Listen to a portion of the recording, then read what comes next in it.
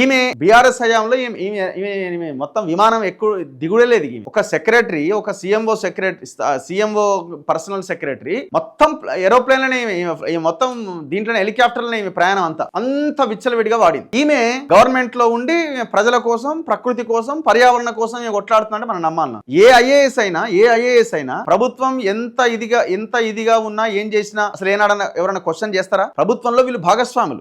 రేపు పొద్దున ఆ 61 లక్షల దానికి సంబంధించి ఇంకా మిగతా వ్యవహారాల్లో చర్యలు తీసుకుంటారని ఇప్పుడు ఈమె ఈ డ్రామా ఆడుతున్నది. ఫస్ట్ స్మితా సబర్వాల్ చెప్పాల్సింది, నీ తెలంగాణ జాతి సొమ్ము 61 లక్షల రూపాయలు ఏ రకంగా అగ్రికల్చర్ యూనివర్సిటీ నుంచి డ్రా చేసిన దానికి సమాధానం చెప్పాలి ఫస్ట్. దీన్ని ఎవరు అడగాల? కాంగ్రెస్ సోషల్ మీడియా ఏం చేస్తున్నదండి?